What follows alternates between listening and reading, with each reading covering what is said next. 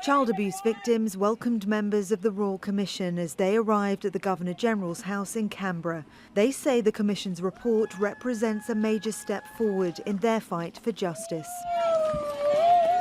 We started off with not being believed, people not wanting us to talk about it, the churches and charities and institutions putting pressure on everyone not to believe us, that we were lying, that it wasn't true. And the Royal Commission has enabled all of us to step up and say, yes, now people believe us, it is true. Commission members heard from more than 8,000 people who told them of abuse in churches, orphanages, sports clubs and schools. Of the victims who reported being abused in a religious institution, 62% said it happened in a Roman Catholic organisation.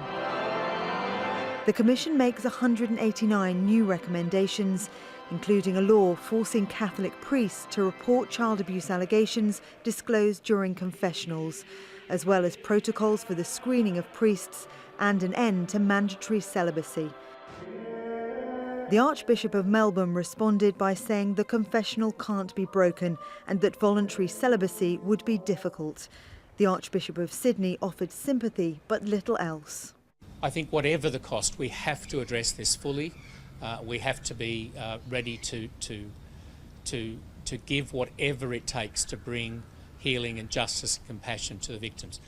Prime Minister Malcolm Turnbull said the inquiry had exposed a national tragedy and that the government will consider the recommendations and respond in full next year. I want to thank and honour the courage of the survivors and their families who've told, often for the first time, the dreadful stories of abuse that they received from people who actually owed them love and protection.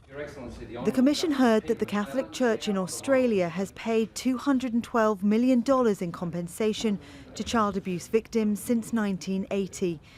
Those victims are waiting to see if Pope Francis and the Vatican will take any meaningful steps to protect children from sexual abuse in the future.